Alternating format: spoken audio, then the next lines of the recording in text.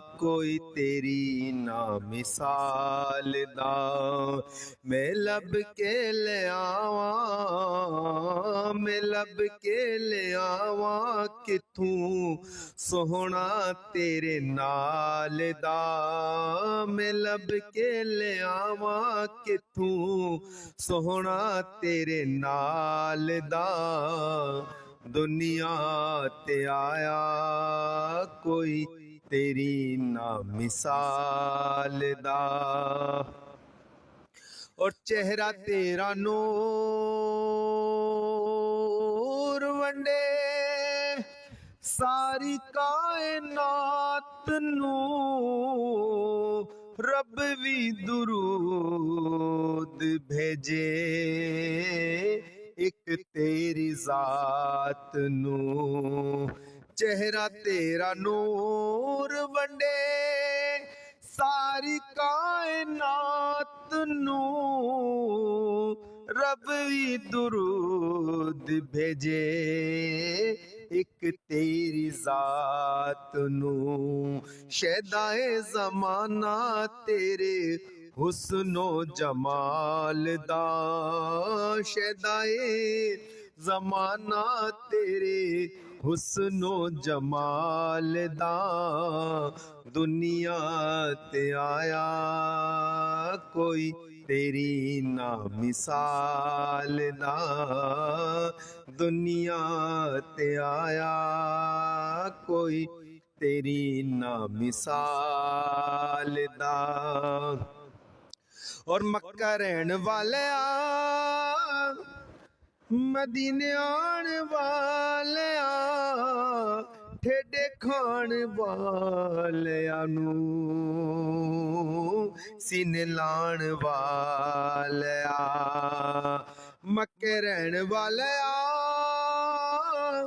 ਮਦੀਨੇ ਆਣ ਵਾਲਿਆ ਠੇਡੇ ਖਾਣ ਵਾਲਿਆਂ ਨੂੰ ਸੀਨੇ ਲਾਣ ਵਾਲਿਆ। ਤੇਰੇ ਬਿਨਾਂ ਡਿੱਗਿਆਂ ਨੂੰ ਕੋਈ ਨਹੀਂ ਸੰਭਾਲਦਾ। ਤੇਰੇ ਬਿਨਾਂ ਡਿੱਗਿਆਂ ਨੂੰ ਕੋਈ ਨਹੀਂ ਸੰਭਾਲਦਾ।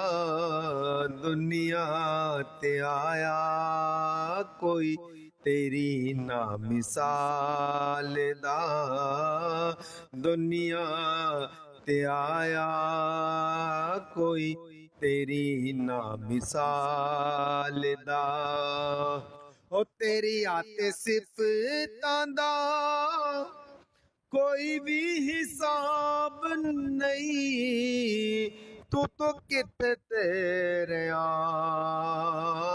ਗੁਲਾਮਾਂ ਦਾ ਜਵਾਬ ਨਹੀਂ। ਤੇਰੀ ਆਤੇ ਸਿਫਤਾਂ ਦਾ ਕੋਈ ਵੀ ਹਿਸਾਬ ਨਹੀਂ। ਤੂੰ ਤਾਂ ਕਿਤੇ ਤੇਰਿਆਂ ਗੁਲਾਮਾਂ ਦਾ ਜਵਾਬ ਨਹੀਂ। ਹੁਰਾਂ ਨੂੰ ਤੂੰ ਰੂਪ ਵੰਡੇ ਹਬਸ਼ੀ ਬਿਲਾਲ ਦਾ। ਹੁਰਾਂ ਨੂੰ ਤੂੰ ਰੂਪ ਵੰਡੇ ਹਬਸ਼ੀ ਬਿਲਾਲ ਦਾ। ਦੁਨੀਆ ਤੇ ਆਇਆ ਕੋਈ ਤੇਰੀ ਨਾ ਮਿਸਾਲ ਦਾ। ਦੁਨੀਆ ਤੇ ਆਇਆ ਕੋਈ ਤੇਰੀ ਨਾ ਮਿਸਾਲ ਦਾ। ਹੋ ਕਾਪੀਆਂ ਦੇਵਾ ਤੇਰੇ ਸੁੱਚੀਆਂ ਪਿਆਰਾਂ ਦਾ। ਜਿੰਦਾ ਏ ਜ਼ਹੂਰੀ ਨਾਲ ਕੇ ਤੇਰੇ ਯਾਰਾਂ ਦਾ। ਹੋ ਕਾਪੀਆਂ ਦੇਵਿਆ ਤੇਰੇ ਸੁੱਚੀਆਂ ਪਿਆਰਾਂ ਦਾ। ਜਿੰਦਾ ਏ ਜ਼ਹੂਰੀ ਨਾਲ ਕੇ ਤੇਰੇ ਯਾਰਾਂ ਦਾ। ਗੁਲਾਮ ਮੈਂ ਤੇਰਾ ਤੇਰੇ ਦਰਦਾ ਤੇਰੀ ਆਲ ਦਾ। ਗੁਲਾਮ ਮੈਂ ਤੇਰਾ ਤੇਰੇ ਦਰਦਾ ਤੇਰੀ ਆਲ ਦਾ। ਦੁਨੀਆ ਤੇ ਆਇਆ ਕੋਈ ਤੇਰੀ ਨਾ ਮਿਸਾਲ ਦਾ। ਵੇ ਲੱਭ ਕੇ ਲਿਆਵਾਂ ਕਿਤੋਂ ਸੋਹਣਾ ਤੇਰੇ ਨਾਲ ਦਾ। ਦੁਨੀਆ ਤੇ ਆਇਆ ਕੋਈ ਤੇਰੀ ਨਾ ਮਿਸਾਲ ਦਾ।